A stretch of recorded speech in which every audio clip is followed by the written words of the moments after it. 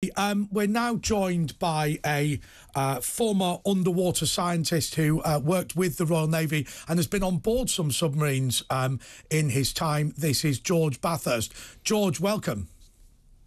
Good evening, Andre.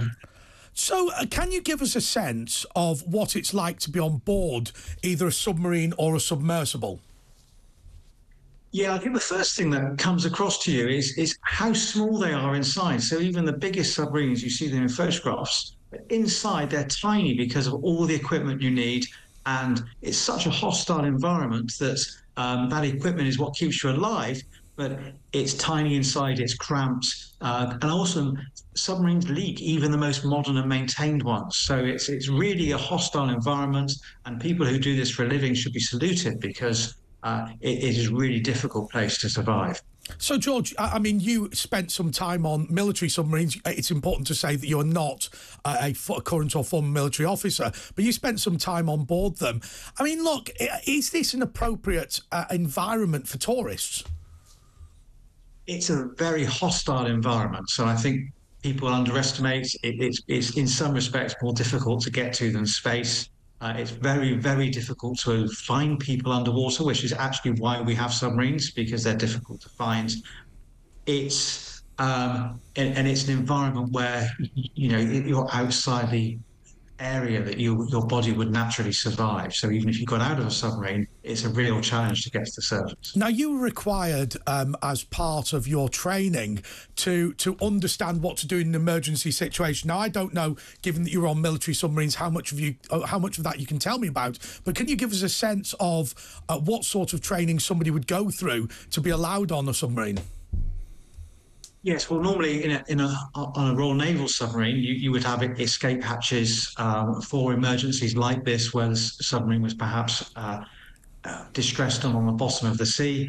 And there are routines for getting out and emergency air that you can get as you walk around, because quite often the air becomes toxic because if a machine malfunctions, there's nowhere for that air to go. There have been many cases of people that have been poisoned on submarines from diesel fumes and things like that. And there's also hoods that you have over your head, so if there's water inside the submarine, you can still breathe. And there's hatches, and there's a way to get out the hatch that you have to learn without sort of losing the air that's in the hood that's keeping you alive. But the real lesson you take away from some of this training, unfortunately, is how unlikely it is that you're going to get out.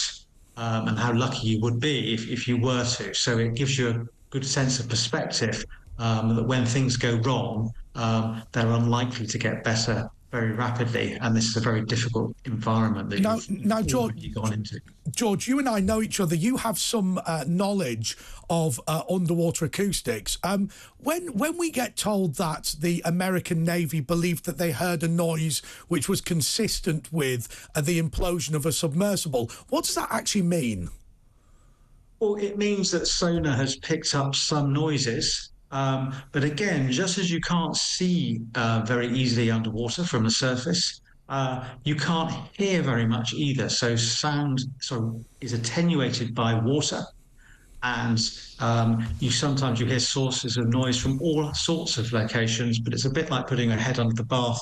It's very difficult sometimes to hear exactly what's going on, and you can only hear lower frequencies, but lower frequencies by their nature only allow you to see lower information rates. So it's a bit like the pictures you're showing at the moment. You need very bright lights to see a short distance. Okay, well, I mean, I suppose what you're getting at there is it's incredibly difficult, even when you hear a noise, to know exactly what that noise is, and I suppose that's the consistency.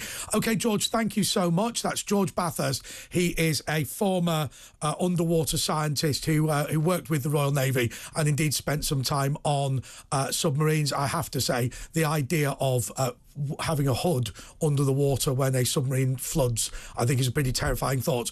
Okay, we're taking your calls on 0344 499 1000. We're going to be the only channel in the country that will take your calls on this subject. We're also going to be going through the papers. We're going to be doing that just in a moment.